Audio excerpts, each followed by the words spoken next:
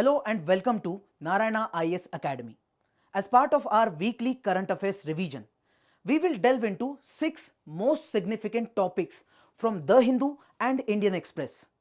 Let's thoroughly examine each topic one by one, ensuring that we cover all essential details to keep you well informed and prepared.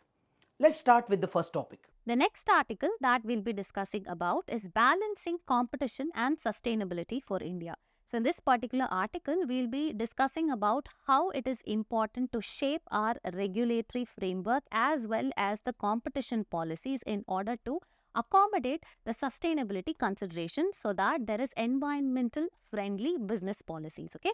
So in this particular article, we'll be discussing about the Competition Commission of India as well as the framework that has been brought by the Security and Exchange Board of India as well as the concept of climate change. So this particular topic can be mapped to GS paper 3 for the mains examination, especially under environment and ecology, climate change, biodiversity and conservation, and also under economy under economic development. And moving forward, there has been a mains question that was asked in the 2017 mains examination with respect to that of the climate change. So climate change is a topic. The associated agreements, the negotiations, as well as the dialogues, etc. become very, very important for both the prelims as well as the mains examination.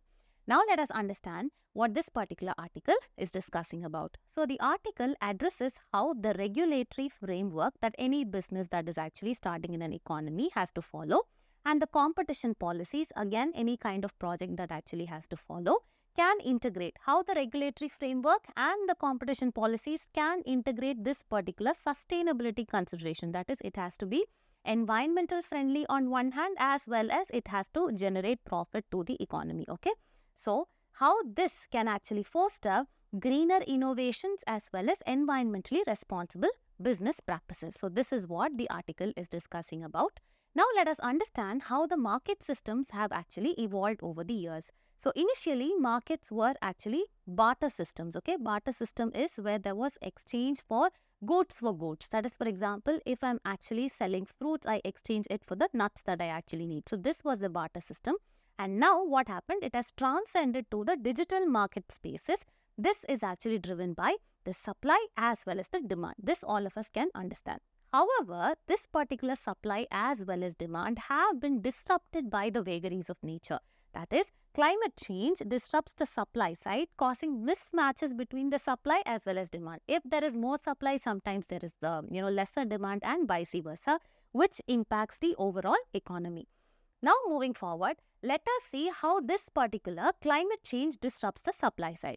One is by extreme weather. This actually results in the damaged crops and livestock as well as infrastructure. This causes delays as well as increasing costs. Okay, if you see during calamities and everything, the cost of milk packet actually surges. That actually results in inflation. Next, if you see, there are temperature changes also. This actually results in the reduction in the crop yields as well as the productivity of crops. Moving forward, there is scarcity of water that affects irrigation and industrial processes, and also there are other things like there is sea level rise that actually threatens the coastal infrastructure as well as the agricultural land, and also there is biodiversity loss. There are changing ecosystem as well as the energy supply is actually getting disrupted. How this affects the hydropower and the thermal power efficiency. Now moving forward, in order to cooperate, in order to actually get into all this, what happens? India's SEBI, that is the Security and Exchange Board of India, has actually brought down a revised framework, okay, that will have sustainability also as a factor or a tenet. So, in 2023, the Security and the Exchange Board of India introduced a revised framework for business responsibility and sustainability report. This is nothing but any business or any project that actually comes out in an economy, it actually has to weed away greenwashing. What do you mean by greenwashing? This is nothing but proving or actually making people believe that my particular product or a project or the manufacturing process is actually environmentally friendly, but in reality it is not. Okay, so we need to weed away greenwashing and actually incorporate policies so that the sustainability and environmental friendly processes are there, and also the customers are actually benefiting out of it. So here In 2023, SEBI introduced a revised framework for the Business Responsibility and Sustainability Report. This actually mandates companies to account for environmental impact of their entire value chain, starting from, the resources procurement to the manufacturing process as well as transporting. Everything actually have to be environmentally friendly to enhance transparency and to combat this particular greenwashing that I actually told you, ensuring that sustainability benefits extend throughout the value chain. Now moving forward, we need to see few global examples, what countries across the globe have actually done in order to incorporate the sustainability principles. First one, Japan actually has brought in the Anti-Monopoly Act, okay. So under this act, there are few guidelines that support environmental sustainability in business collaborations. So this actually includes various, initiatives or efforts to reduce the carbon emissions, adopt greener technology, improve the overall environmental performance, etc. And these guidelines also suggest that most environmental sustainability activities, they do not restrict the competition, okay? It can go hand in hand. That is what they are saying. For example, collaborating on sustainability can lead to the development of innovative projects, new projects and services, and this can actually enhance the overall quality of the project as well as, safety, etc. Similarly, if you see the European Union, they have the draft guidelines on horizontal agreements. What do you mean by horizontal agreements? Any kind of agreement that is between the, private firm and another private firm. Whereas vertical, it is from the PSUs, between the PSUs and a private firm. Okay, so here, between the horizontal agreements, now it actually includes a specific section on sustainability agreements as enshrined in under Article 101, Clause 1 of this particular draft regulations.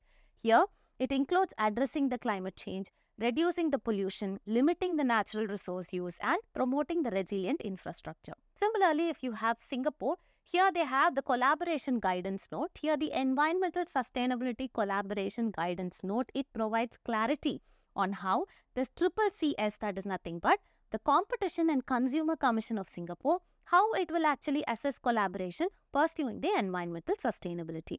So this also ensures businesses can collaborate on sustainability without harming any kind of competition. Now moving forward, we have Netherlands where there is actually permissive enforcement. This is nothing but the Netherlands Authority for Consumers and Markets. They have adopted a permissive stance on the sustainability collaborations, allowing agreements that do not significantly impede. That is nothing but they say that when they adopt a sustainability principle, it should actually not hamper the competition or the enforcement of that particular project or the product in the economy. So that is what it is. Now moving forward, let us see what is the potential for India and what role does this particular quasi-judicial body or the statutory body of Competition Commission of India has to play here. So India actually aims at the net zero emissions, okay, by 2070, and it actually ranked only 5th globally in contributions to global warming in 2023. If you see, here the Competition Commission of India has to consider the inclusion of sustainability policies in all its evaluation. For example, it released the pandemic advisory, that is during the pandemic, the CCI acknowledged the supply side disruptions and allowed necessary information sharing in order to ensure fair distribution of the products. And similarly, advisories could be issued for sustainability goals as well. Because if you see, Section 49, Clause 3 of the Competition Act of 2002, it empowers the CCI to promote competition advocacy and awareness, participate in economic policy and formulation, and also emphasize sustainability policies and enterprise collaboration for greener innovations. Now moving forward, it is important for us to understand with respect to the prelims examination on what is this Competition Commission of India. It is a statutory body established in 2009 by the Government of India under the Competition Act of 2002 for the administration, implementation and enforcement of this particular act. And also it's a quasi-judicial body, very, very important.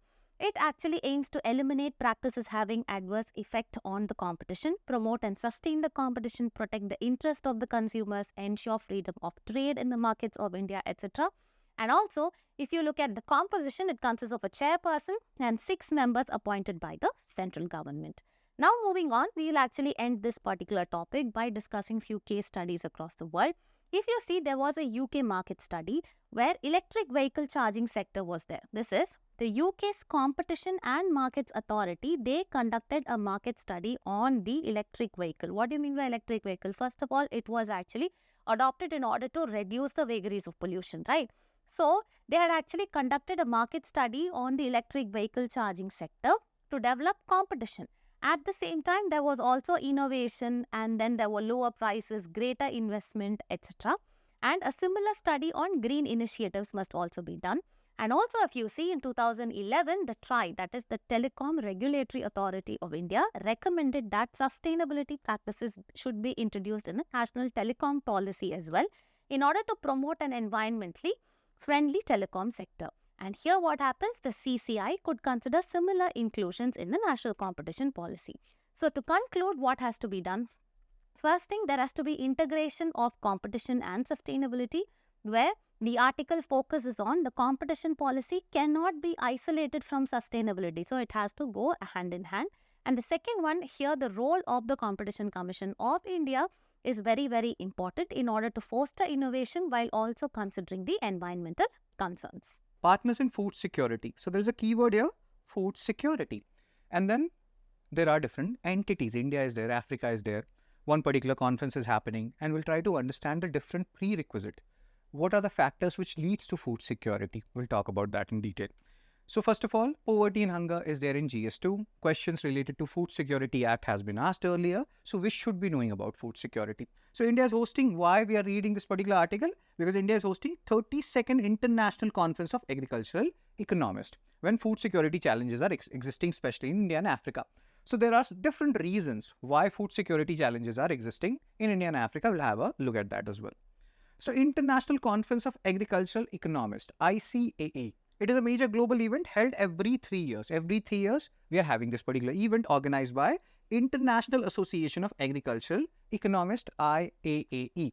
Do remember it. Sometimes they will ask you who organizes this particular, or ICAE is organized by which particular organization. So IAAE. So it gathers agricultural economists, policy makers and researchers to discuss critical issues in agriculture and food system.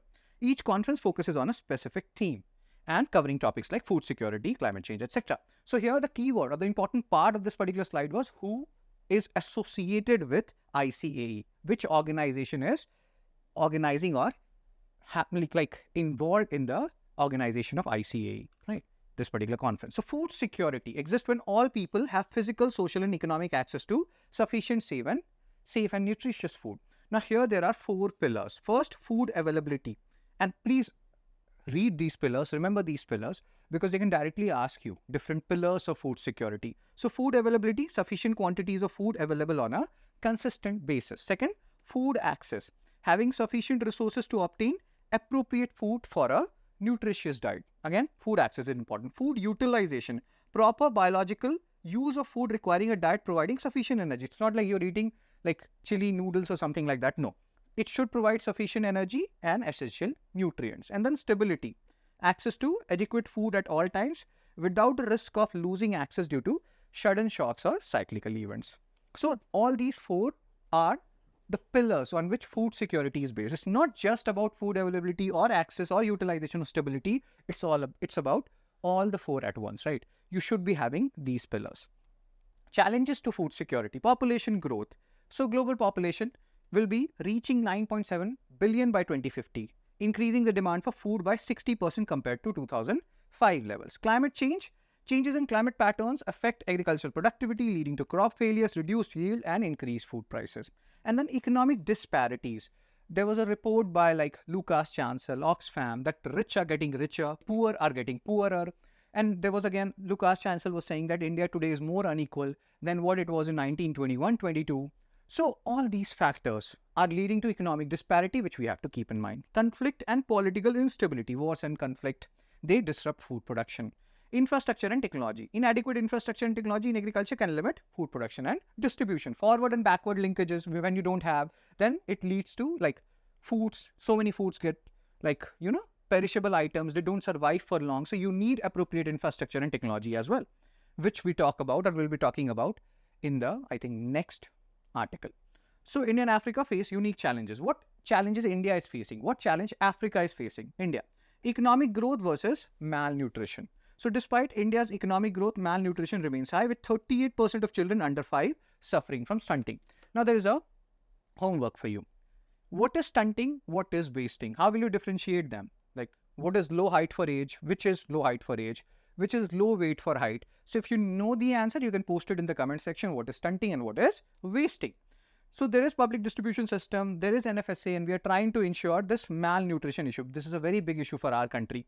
Major issue, which is like concerning food security. Agriculture innovation. India is investing in agriculture research and development, but more needs to be done. Forward, backward linkages, so many things. Precision agriculture, genetically modified crops. There are so many issues related to GM mustard, GM cotton. We are having a discussion on that. How safe are they? So these discussions needs to happen and happen fast if you want to ensure food security for the longer run.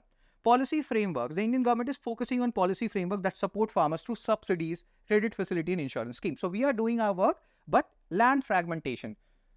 The land holdings are very small in India. And there is a term called consolidation of land holding that is very much needed to improve the productivity of these lands. Inefficient supply chains. Africa, underinvestment in agriculture. Most of the African countries are poor. They are not investing as much in agriculture as they should. Compared to other sectors, this underinvestment affects productivity and food availability. And when we are talking about climate vulnerability, Africa is highly vulnerable to climate change, affecting rain-fed agriculture. So, but again, they are doing something about it, like African Union Comprehensive Africa Agriculture Development Program, CADDP. It aims to increase agriculture investment and resilience. Economic growth and nutrition. Africa's economic growth has not translated into nutritional security. The most important part is they have to invest in agriculture a lot more. Many countries are facing high rate of malnutrition and food insecurity. Collaboration with international partners is essential to address these challenges. Powering up to get to the 30 trillion economy point. So, in this article, we'll try to understand the challenges that the Indian economy might face to reach this figure of $30 trillion economy and the solutions to it. You can map this under GS paper 3. Now, let's go through a previous question asked in the year 2019. Despite the consistent experience of high growth, India still goes with the lowest indicators of human development, be it education, health, etc. Examine the issues that make balanced and inclusive development elusive. This is question. Now, let us try to understand the context. The context is that India has a potential to be a 30 trillion economy by 2047. And this is only possible through sustained economic growth. And this sustained economic growth is possible by adopting the liberal economic policies and the private sector participation, which means our practice or adoption should not be protectionist, it should be liberal. Now, the author of the article is trying to suggest that despite India's economy, which is seeing 7% plus growth, the policymakers should not be comfortable or complacent. The author is trying to draw the parallels with other countries where the other countries were in the similar position of India, but they fell in the middle income trap. So India, it's a caution for India that the story of India should not be the same as that of the other countries. And to reach this goal of 30 trillion economy, we have to leverage on the demographic dividend, we have to address the structural challenges, and we should avoid adopting protectionist measures.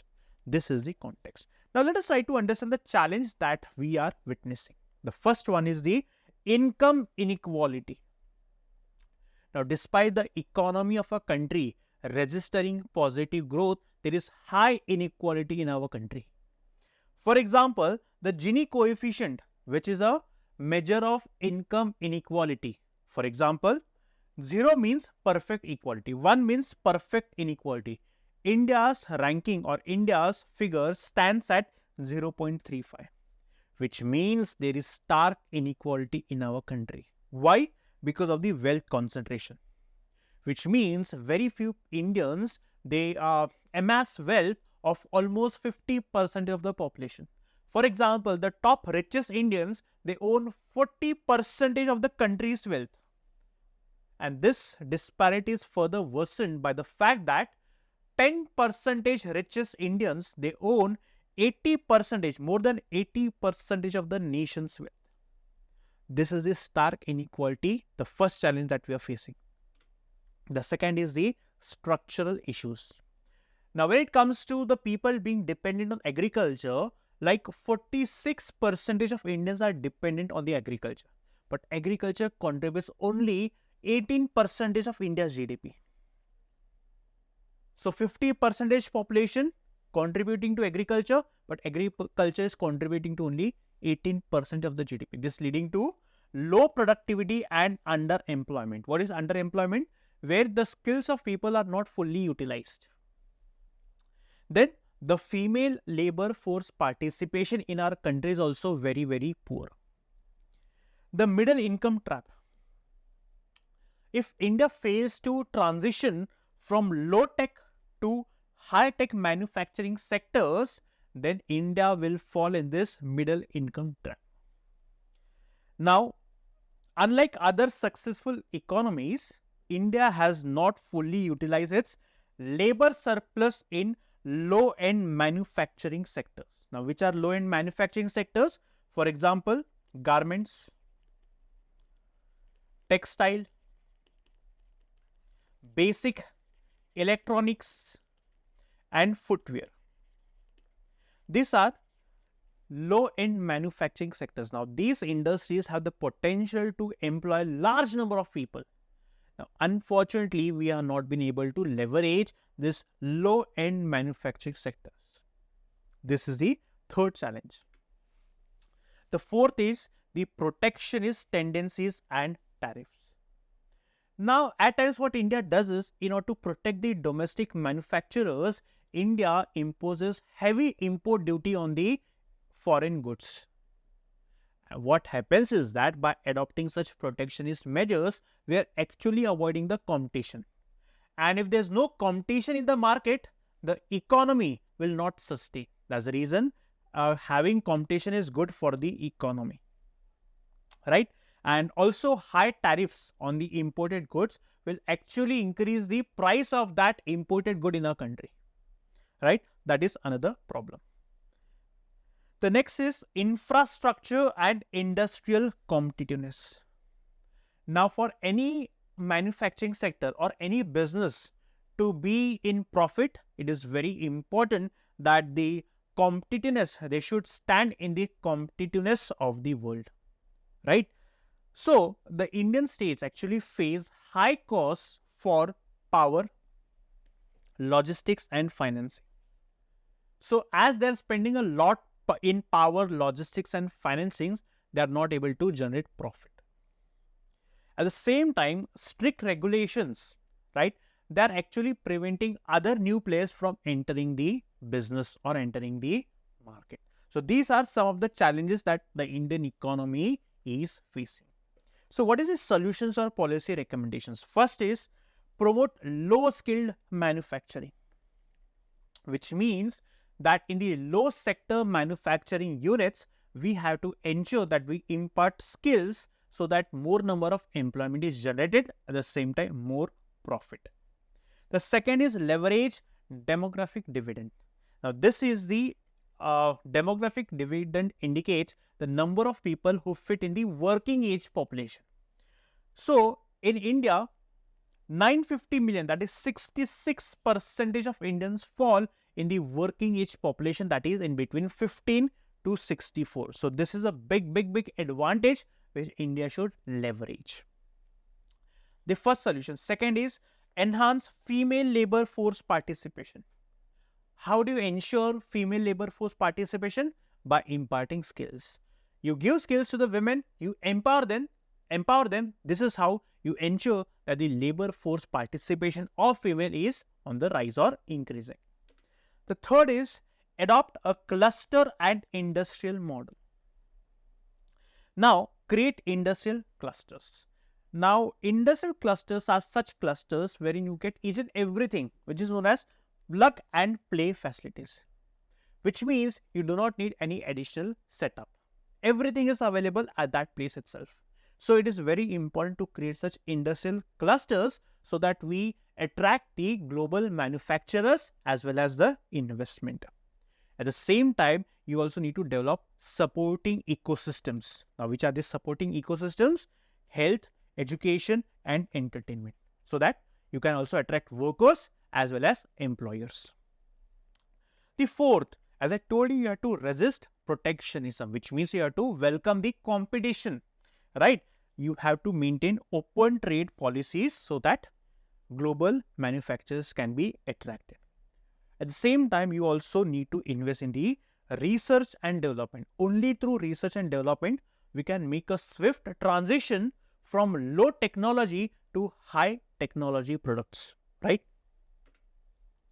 Then, ease of doing business. You had to undertake continuous reforms to simplify regulations, and you had to create business-friendly environment.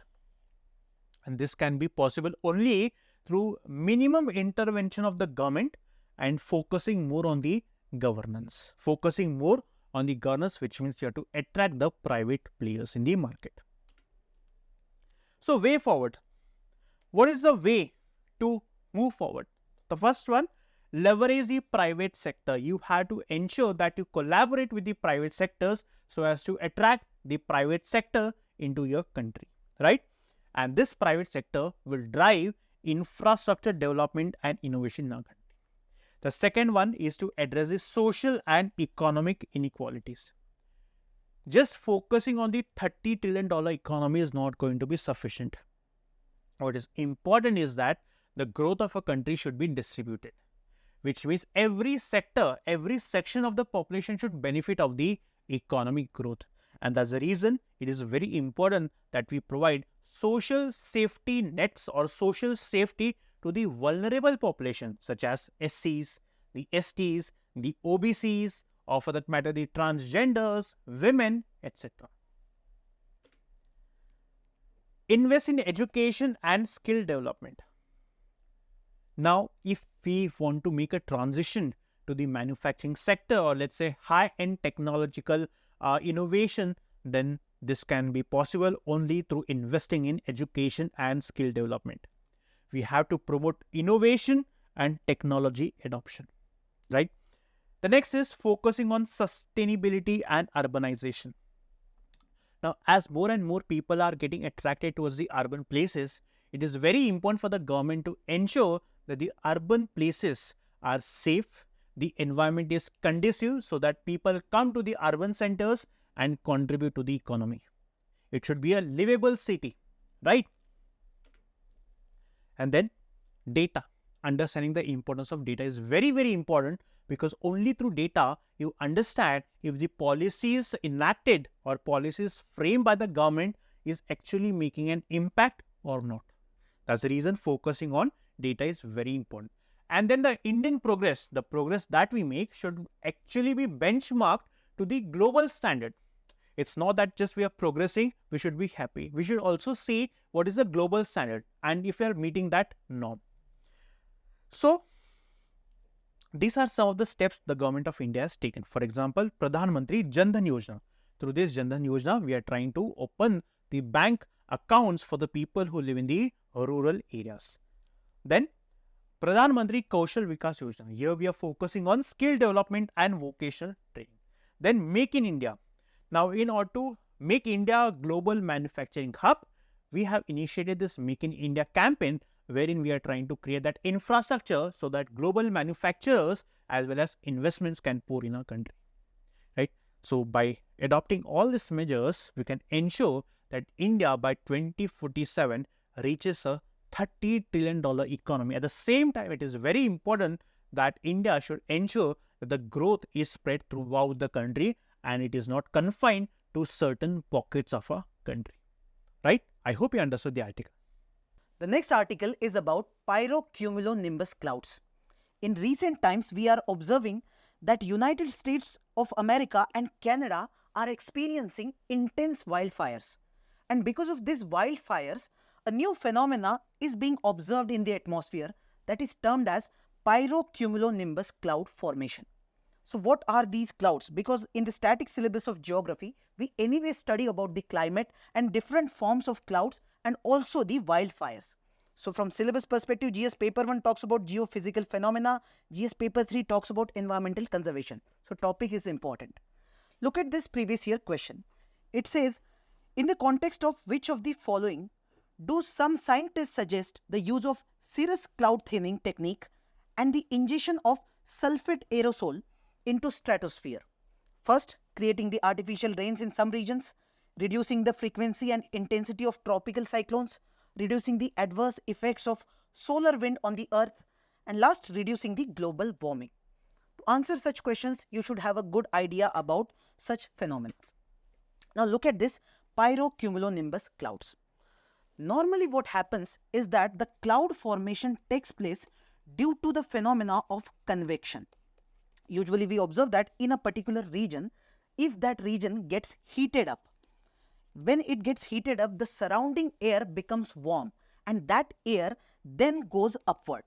When it goes upward, here in this region, it starts condensing. So you observe that the warm air now becomes cool and this condensation leads to the formation of clouds. And the same clouds, when they become heavier because of the water vapor.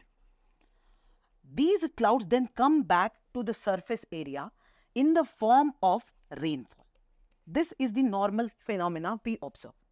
Now here the role of water vapor is very important because this is the water vapor that is getting condensed and this is happening because of the phenomena of convection. Now in case of pyrocumulonimbus clouds, the specific region is getting heated but in a very intense form. Just imagine if there is a region where you are observing some kind of wildfire or you are observing some kind of volcanic eruption. You can imagine there will be intense heating of that region. So here, apart from water vapor, there will also be some smoke and there will be some kind of ash. So this smoke, ash and water vapor all will move upward. After reaching this upward stage, when the water vapor starts condensing, it will actually condense around this ash. And because of this, the clouds that you will observe will be little bit browny in color. Now there is a difference. Normal cloud which gets formed, which is termed as cumulonimbus cloud, is usually having the ability to provide dense or heavy rainfall. But in case of these pyrocumulonimbus clouds, there will not be much rainfall, rather there will be much lightning. So what you will observe is that if the wildfire started in one region and now the clouds are getting formed, they become more intense and there will be expansion of these clouds. And now there will be lightning in a different region altogether. And because of that lightning, you will see a new wildfire incident. So what we are saying is that one wildfire in one region will lead to another wildfire in a far away another region, and there is no relation of these two regions. And this will lead to more frequent wildfires. That's why we are saying this pyrocumulonimbus cloud formation is a very dangerous and disastrous phenomena. Now, if you look at the frequency of these cloud formation, especially in Canada, then we observed that before 2023, there were only 50 such cloud formations recorded in Canada. In the entire globe, this number was around 102. But now, after 2023, or rather in the year 2023, just in the country of Canada, we are observing 140 such incidents. That means the frequency of such cloud formation is increasing, and this is causing tension in the minds of public living in that region. So here scientists are trying to study why this phenomena is getting increased, why the frequency is increasing. Scientists are thinking about the phenomena of climate change. Is there any link of climate change with the formation of pyrocumulonimbus clouds? So we still do not have any such study claiming that there is relation. So we will wait for any such insights or any such conclusions. So there are some keywords here in this particular article. One keyword is one nation, one election. Other keyword is Article 356. Third keyword is amendment. So we should be knowing about these keywords. Especially the most important of all these three keywords is one nation, one election. It has continuously been in news.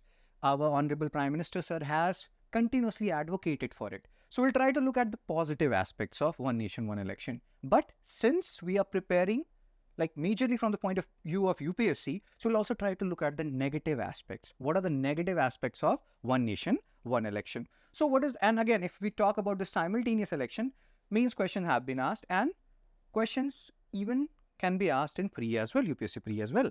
So what is the context here? Indian government is considering up to 80 constitutional amendments. This is a very big number for implementing one nation, one election policy. But they have also said that they will not be amending Article 356.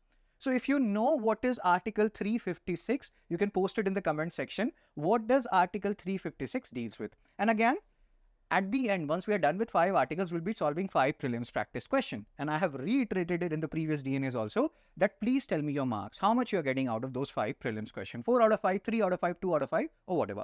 So the proposed amendments will involve changes to sections concerning the duration of Lok Sabha and State Assembly. First of all, what is one nation, one election? That means you have 28 states, let's say, 8 union territories in India. So all these states, most of these states, if not all these states, and Lok Sabha election will be happening at the same time. Why? There is a need for all these elections, or most of these elections, if not all, happening at the same time. Because there is a saying in our country, or there is a saying outside also, that India is always in election mode. So when you're always in election mode, there is something known as model code of conduct, which is proposed by ECI, Election Commission of India. And when that model code of conduct is there, MCC, there are certain things which state or central government cannot do, and it hampers the progress of the state or India as a country as a whole. And that's why we should have minimum number of elections. Country should not always be in election mode. That does not help the development per se of the country, and that in a way impedes the development of the country. That is a major argument. Plus, so much money is involved when you are having elections multiple times. So these are the arguments which has been proposed why we should have one nation, one election. But there are issues related to this as well. So Union Minister of State for Law and Justice, this discussion was going on in Parliament. Arun Meghwal, he said that Article 356, which deals with precedent rule, it will not be amended. It has not been proposed. Amendment to Article 356 has not been proposed. Now, let's talk about the elephant in the room, that is one nation, one election. So one nation, one election refers to holding simultaneous election for Lok Sabha and all state legislative assembly in India. But the problem here is, please try to understand. So you are having election for like 5 years, and let's say a state government falls after 2 years. Then what will happen? The next state government will be for only 3 years, and then you will have simultaneous election. The problem here is, if you are having the next state government for 3 years, many of the political leaders will not agree to it because they invest a lot of money, and it's a harsh reality that they want to get back that money, earn back that money in 5 years. If you are electing them for 3 years, they will not get back that money. And again here, opaqueness in political funding, other issues come. We have talked about these issues even in live videos of our news of the day. You can see that particular video which is related to opaqueness in political funding, one of the biggest issues plaguing in India. So this is an issue. What happens if a government falls, state government falls? So when you're talking about one nation, one election, so in this scenario, let's say state government is there for 3 years. You cannot elect it for remaining 2 years, because again, then the political leaders will be like, no, we are investing so much money, will not be able to get back that amount of money in 2 years. So there are issues. Hope you're understanding the issues involved here. And again, there are other issues also, which we'll talk about in few moments from now. So one nation, one election, what is the objective? To streamline electoral process, reduce the cost of elections, enhance governance by ensuring that elections do not disrupt administrative functions. In India, Lok Sabha and state assembly elections are held at different times because there are so many states in India, right? And you have one Lok Sabha election every 5 years. This often leads to multiple election cycles, because of which India always remains in, or most of the time remain in election mode. So what are the benefits of one nation, one election? So first of all, reduce the financial burden. If you are having lesser number of elections every year, so lesser burden on Election Commission of India, lesser burden on exchequer, the people who are paying taxes. Minimize election-related disruptions in governance and development work. We have talked about MCC, Model Code of Conduct, means implemented by Election Commission of India, which leads to state governments and central government not implementing certain schemes. So again, if you are having lesser elections, these kind of disruptions will be less. More stable and predictable political environment will be there, because you know after 5 years you'll be having elections. So now these are benefits. What are the negative impacts? We have talked about one issue related to one nation, one election. What happens if a state government or central government falls or loses majority before 5 years? Then what will be the scenario? Second issue is, so there was a survey which was done And that survey showed that if you're having Lok Sabha and legislative election at the same time, in that scenario, there is a tendency among people to vote for the same political party. So, and this tendency goes away when you're having Lok Sabha and legislative election at the same time. Let's take an example. Let's say in Odisha, you're having Lok Sabha and legislative election at the same time. There's a very high tendency that if people are voting for BJP in Lok Sabha, they'll be voting for BJP in legislative assembly as well. This has been seen as a trend. So, hope you're understanding what are the different predicaments or different issues related to one nation, one election as well. So, these are some issues. The benefits are many, but there needs to be discussion regarding what happens if a government falls before 5 years and political tendencies, which we have talked about. So, India has experienced simultaneous elections in the past, but the practice was disrupted by the dissolution of state assemblies, which we have talked about, and changes in political landscape leading to separate election cycles. Proposal is part of the broader electoral reforms aimed at improving the efficiency and effectiveness of India's democratic processes. Students, the title of the topic is Against Unfreedom. And in this article, we are going to understand about the criminal justice system. And you can map this topic under GS paper 2, that is functioning of the judiciary and the social justice part, which is a part of GS paper 2. Now, let's go through a previous year question asked in the year 2017. Mob violence is emerging as a serious law and order problem in our country, which means it is because of the inadequacies or problems in the criminal justice system, the mob violence is on the rise, right? So, that's the reason you need to know about the criminal justice system. But first, let's try to understand the context. The context is that the Supreme Court has given bail to Aam Aadmi Party leader Manish Sisodia. Now, this verdict of the Supreme Court reaffirms the key legal principle in India's criminal justice system. And what is that key legal principle? That bail should be the norm, which means jail should be an exception, and in normal cases, bail should be given to an accused person. We'll understand more in the next slide. Now, let us focus on the highlight of the Supreme Court ruling. First, reaffirmation of bail as the norm. Now, in this, the Supreme Court has criticized the lower court. Why? Because the lower courts, such as the district courts or higher courts, they refuse granting bail to an accused person. Which means the Supreme Court states that unless the guilt of a person or accused person is proved, the person should not be sent behind the prison. And that's the reason bail should be the norm. Because until the guilt of a person is proved, a person should not be allowed to spend more number of days behind the jail. First point. Second, right to a speedy trial, which means once a person is accused of a certain crime or offense, the trial should be speedy. Because if the trial is not speedy, a person has to spend more number of days behind the bars, that is in jail. And a right to a speedy trial is a fundamental right under Article 21 of the Indian Constitution, which guarantees right to life and personal liberty. This right to speedy trial is a fundamental right under Article 21. If the trial gets delayed, then the right of a speedy trial of an accused person gets violated. This is the second principle or second point the Supreme Court highlighted.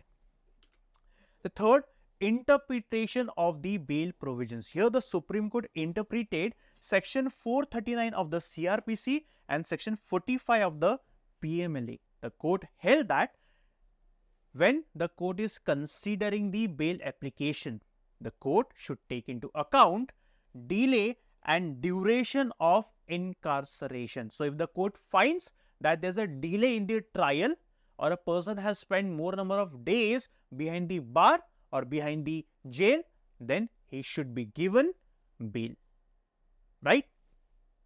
So, this is the ruling of the Supreme Court. Now, students, here we need to understand about the criminal justice system. What is criminal justice system? Let's say a person A has killed person B, which means the family of this person B should get justice, right? And this person A should be punished, which means criminal justice system comprises of the processes or the agencies that the government of India has established, the purpose being to administer justice, to maintain control over crime. And how can crime be controlled? Only when a person who has committed a crime is punished, so that it can act as a deterrence mechanism and impose penalties on person who has violated the law. First. Second, in India, this criminal justice system is governed by the IPC, which was enacted in the year 1860. And this IPC is replaced by BNS, Bharatiya Nyaya Sanhita. Then according to Article 246 of the Indian Constitution, subjects such as policing, public order, operating courts, managing prisons, they all fall under the state list. Though all these subjects fall under the state list, but the states are mandated to follow the union laws. For example, let's say Prevention of Money Laundering Act, or let's say Uniform Activities Prevention Act, Unlawful Activities Prevention Act. Now, when it comes to these laws, the states have to abide by the law made by the parliament, right? So, I hope you understood what is criminal justice system. Now, there are 4 pillars that are structured around the criminal justice system. The first, investigation by police. Now, whenever charges are levied against an accused person, the police will investigate the case. That is, the police will gather evidence and question the witnesses. So, first is the police will investigate the case, that is, will gather the evidence. Second is prosecution of cases. Now, as I told you, a person A has killed person B. Now, the prosecution lawyer has to prove that A has killed person B, which means this prosecution lawyer has to submit evidence to the court stating that this person A had killed person B, which means the prosecution lawyer has to prove that the guilt is beyond the reasonable doubt and has to prove that person A has killed person B. The third, determination of guilt by courts. Now, whether a person or whether an accused person is guilty of an offense or innocent is something that the courts will decide.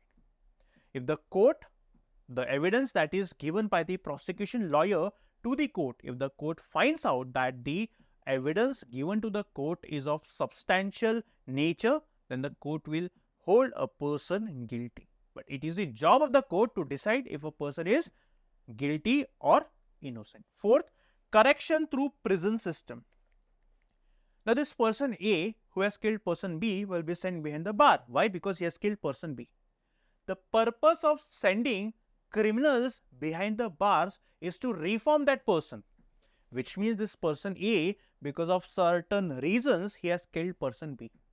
Now, here the system is actually helping this person A so that this person A gets reformed and rehabilitated through education, vocational training.